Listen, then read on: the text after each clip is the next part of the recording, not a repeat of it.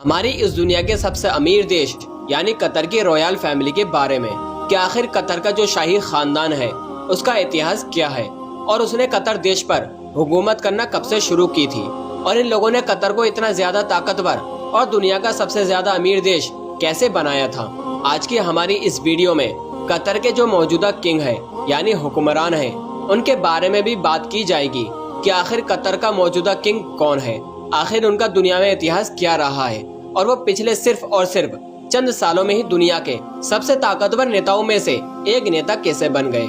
इतना ही नहीं, हम ये भी जानेंगे कि कतर देश की जो मौजूदा किंग है कि जो इतिहास में किसी भी अरब देश की गद्दी पर बैठने वाले सबसे कम उम्र के किंग थे। जब वो अपने देश कतर की गद्दी पर बैठे थे तो उनको किस तरह की बड़ी से बड़ी परेशानियों का सामना करना पड़ा था और आखिर इन्होंने दुनिया के उन 3 ताकतवर देशों को कैसे हराया था कि जो राजा की गद्दी पर बैठते ही कम उम्र का फायदा उठाकर उनके ऊपर हमले करना शुरू कर दिए थे।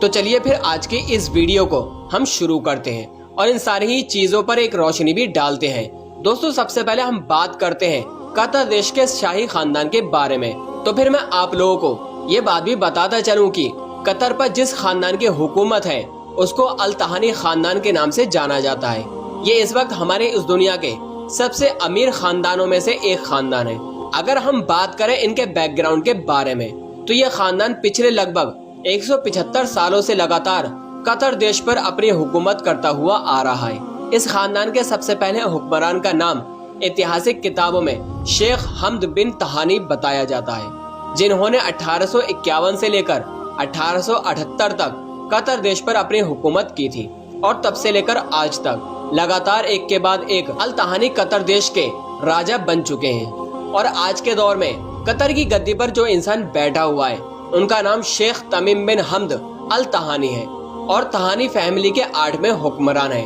जो 2013 से लेकर आज तक कतर के राजा बने हुए हैं। हालांकि दोस्तों, इस बात का भी ध्यान रहे कि 175 सालों के अंदर दुनिया के दूसरे बहुत सारे इलाकों की तरह कतर के इलाकों पर भी अंग्रेजों ने अपनी हुकूमत की थी और फिर बाद में दूसरे देशों की तरह ही वक्त के साथ साथ इसको भी आजाद कर दिया गया था। मगर अंग्रेजों की हुकूमत में भी अल तहानी फैमिली का ही दबदबा हुआ करता था। वो इसलिए क्योंकि अंग्रेजों की हुकूमत ही अल तहानी फैमिली की ही रजामंदी से ही शुरू हुआ था कि जब हमारी इस दुनिया में फर्स्ट वर्ल्ड वॉर शुरू हुई थी तो दुनिया के दूसरे छोटे छोटे देशों की तरह कतर को भी अपनी हिफाजत की फिक्र होने लगी थी। उसको इस बात का पता था कि दुनिया की किसी भी बड़ी शक्ति के साथ अगर उसने हाथ नहीं मिलाया तो दुनिया की दूसरी बड़ी ताकत उसके ऊपर कब्जा कर लेगी और उसके पास तो एक ताकतवर और बड़ी आर्मी भी नहीं है कि जिसकी मदद से वो अपने इलाके की हिफाजत कर सके। इसीलिए फर्स्ट वर्ल्ड वॉर के दौरान ही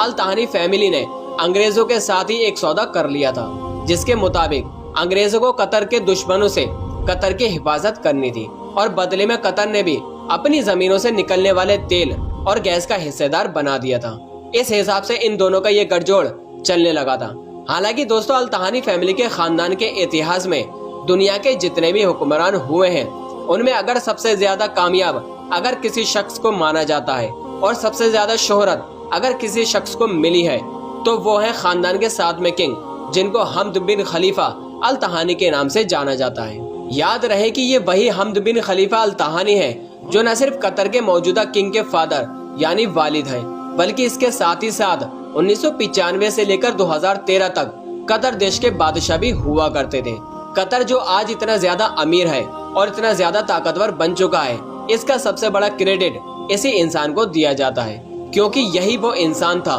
कि जिसने कतर की तस्वीर को बदल कर रख दिया था। अपनी बादशाहत के दौर में तो इन्होंने अपने कतर देश के लिए बड़े बड़े काम तो किए ही, मगर जाते जाते भी ये पूरी दुनिया को हैरान और परेशान कर गए। दरअसल हुआ ये कि साल 2013 में अचानक से इन्होंने अपने कुछ खानदान के लोगों की मौजूदगी में अपनी गद्दी छोड़कर अपने बेटे के हवाले कर दिया था। उस वक्त उन्होंने इसकी वजह अपनी बीमारी और बढ़ती हुई उम्र को बताया था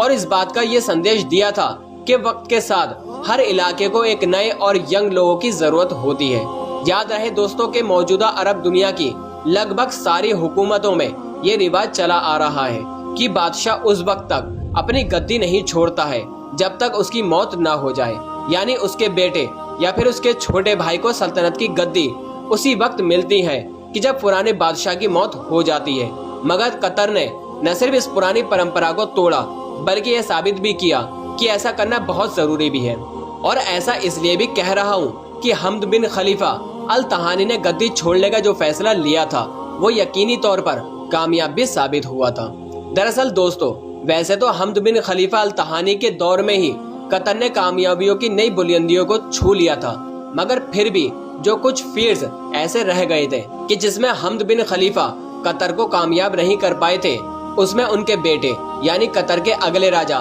तमीम बिन हमद अल तहानी ने कामयाब कर दिया था। ऐसा माना जाता है कि अगर कतर को अमीर और ताकतवर हमद बिन खलीफा अल तहानी ने बनाया था तो कतर के इंटरनेशनल लेवल पर पहचान उनके बेटे यानी तमीम बिन हमद अल तहानी ने दिलाई है, वरना उससे पहले तक कतर दुनिया की पॉलिटिक्स का इतना बड़ा खिलाड़ी नहीं माना जाता था। दोस्तों, कतर के मौजूदा किंग यानी तमीम बिन हमद अल तहानी का जन्म 3 जून 1980 को कतर की राजधानी दोहा में हुआ था। इस हिसाब से इस वक्त इनकी उम्र 42 साल है और इन्होंने अपने शुरुआती पढ़ाई तो कतर में ही की थी, मगर आगे की पढ़ाई के लिए इनको यूके भेज दिया गया था। इसके अलावा इन्होंने साल 1998 में मशहूर रॉयल एकेडमी से इन्होंने अपना ग्रेजुएशन कंप्लीट किया था। दोस्तों, तमीम बिन हमद अल तहानी सिर्फ दुनिया के एक समझदार और बड़े नेता ही नहीं है, बल्कि ये फिजिकल भी हद से ज्यादा फिट माने जाते हैं। वो इसलिए क्योंकि अगर आप लोग इनके इतिहास को उठाकर देखोगे तो आपको इस बात का पता चलेगा कि दरअसल ये एक स्पोर्ट पर्सन भी है।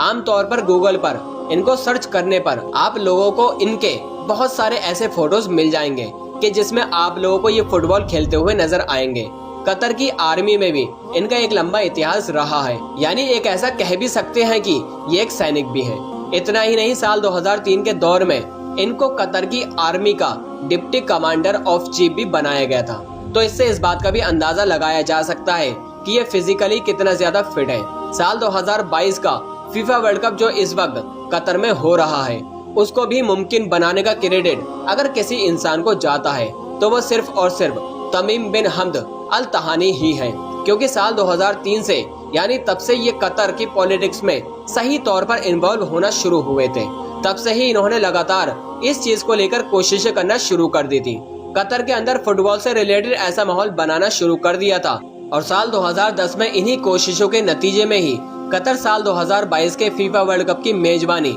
लेने में भी कामयाब हो गया था। मेजबानी मिल जाने के बाद भी कतर के सामने जो बड़ी बड़ी मुश्किलें थी, यानी ज्यादा से ज्यादा स्टेडियम बनाना, पूरे कतर के नक्शे को बदलना, वो सारी की सारी जिम्मेदारियां भी इन्हीं के ऊपर थी। और यकीनी तौर पर पिछले 7 से 8 सालों के अंदर ये सारा का सारा काम इन्हीं ने करवाया है। नेटवर्क फ्लाइट के नॉलेजेबल फ्रेंड, साल 2017 में अचानक से अरब की दुनिया के 4 बड़े देशों ने यानी कि सऊदी अरब, मिस्र, दुबई और बहरीन ने कतर के ऊपर बैन लगा दिया था।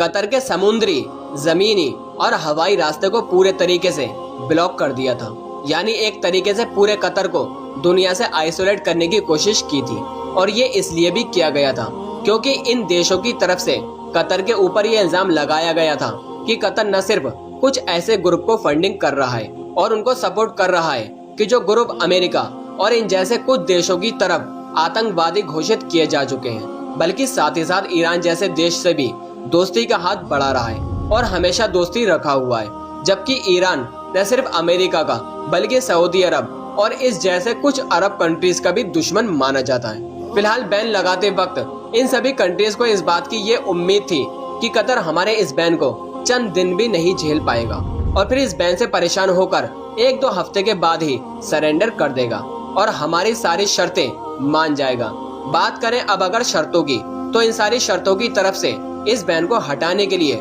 कतर के ऊपर कुछ इस तरह की शर्तें रखी गई थी, जिनमें एक शर्त ये थी कि आपको सबसे पहले ईरान के साथ सारे रिश्तों को खत्म करना होगा। इसके अलावा अल जजीरा नाम का वो मीडिया चैनल कि जो दुनिया के सबसे मशहूर मीडिया हाउसों में से एक हाउस है, उसको पूरे तरीके से शट डाउन करना होगा, यानी उस मीडिया चैनल को पूरे तरीके से बंद करना होगा। दोस्तों, आप लोगों की नॉलेज के लिए मैं आप लोगों को ये भी बताता चलूं कि जिस अल जजीरा चैनल को आप लोग फॉलो करते हैं यानी उसको देखते हैं, वो दरअसल कतर का ही मीडिया चैनल है और कतर गवर्नमेंट की तरफ से ही उसको प्रमोट किया जाता है। इसके अलावा भी एक शर्त तुर्की के साथ भी जुड़ी हुई थी और वो शर्त ये थी कि तुर्की के साथ आप जो मिलिट्री कोऑपरेट कर रहे हैं उसको भी खत्म करना होगा। फिलहाल कतर ने जैसे ही ये सारी शर्तों को देखा तो फौरन ही इन सारी शर्तों को रिजेक्ट कर दिया और एक भी शर्त पर हामी भरने के लिए कतर ने साफ साफ इनकार कर दिया। नतीजा ये हुआ कि वक्त गुजरता गया मगर कतर के ऊपर यह बैन लगा रहा।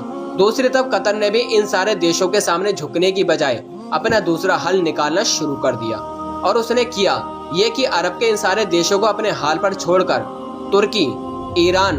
ओमान और कुवैत जैसे देशों के साथ अपने रिश्तों को और भी तेजी के साथ बढ़ाना शुरू कर दिया। इन लोगों से अपना लेन देन शुरू कर दिया और इन लोगों के साथ अपना बिजनेस बढ़ाया और इन सारी चीजों को इन देशों में किया जाने लगा। और ये सारी चीजें अब इन सारे देशों का गुस्सा और भी ज्यादा बढ़ा रही थी कि उन्होंने इन सारी चीजों को रोकने के लिए ही कतर के ऊपर इन सारी चीजों के ऊपर ही पाबंदियां लगाई थी। इन्हीं सारी पाबंदियों की वजह से ही तमीम बिन हमद अल तहानी को गल्फ काउंसिल की जो हर साल मीटिंग होती है वो साल 2018 और साल 2019 में कतर को छोड़नी पड़ी थी। मगर 2020 के आखिर आते आते अब ये बात पूरी दुनिया के सामने क्लियर भी हो चुकी थी कि जिन देशों ने कतर के ऊपर बैन लगाकर उसको रोकने की कोशिश की थी वो अब सारे के सारे देश अपने इन सारे मंसूबे में नाकामयाब हो चुके हैं। क्योंकि जब इस बात का आकलन किया गया तो ये बात सामने निकल कर आई कि इन सारी चीजों की पाबंदियों की वजह से कतर के ऊपर जर्रा बराबर भी कोई फर्क नहीं पड़ा है। कतर पहले जहां खड़ा था आज भी वहीं खड़ा है, बल्कि पहले से भी तेजी के साथ उसकी ग्रोथ हो रही है। मजबूरी में आकर अब इन सारे देशों को कतर के ऊपर से वो सारे बैन हटाने पड़े, बल्कि खुद कतर के ही साथ इन मुल्कों ने अपने रिश्ते खुद नॉर्मल कर लिए बगैर किसी शर्तों को माने हुए। कतर के ऊपर से इन सारी पाबंदियों को हटाने को कतर देश के लोगों ने अपनी जीत के तौर पर सेलिब्रेट किया था और तमीम बिन हमद अल तहानी खुद भी अपने आप को एक काबिल नेता साबित करने में कामयाब भी हो गए थे। क्योंकि जाहिर है जिस वक्त वो कतर की गद्दी पर बैठे थे उस वक्त वो कतर की गद्दी पर सबसे कम उम्र की गद्दी पर बैठने वाले राजा थे। फिलहाल दोस्तों आज की इस वीडियो को हम यहीं पर खत्म करते हैं। दोस्तों वीडियो पसंद आने पर न सिर्फ वीडियो को लाइक करें बल्कि अपने दोस्तों तक इस वीडियो को जरूर शेयर करें और इसी तरह की नॉलेजेबल और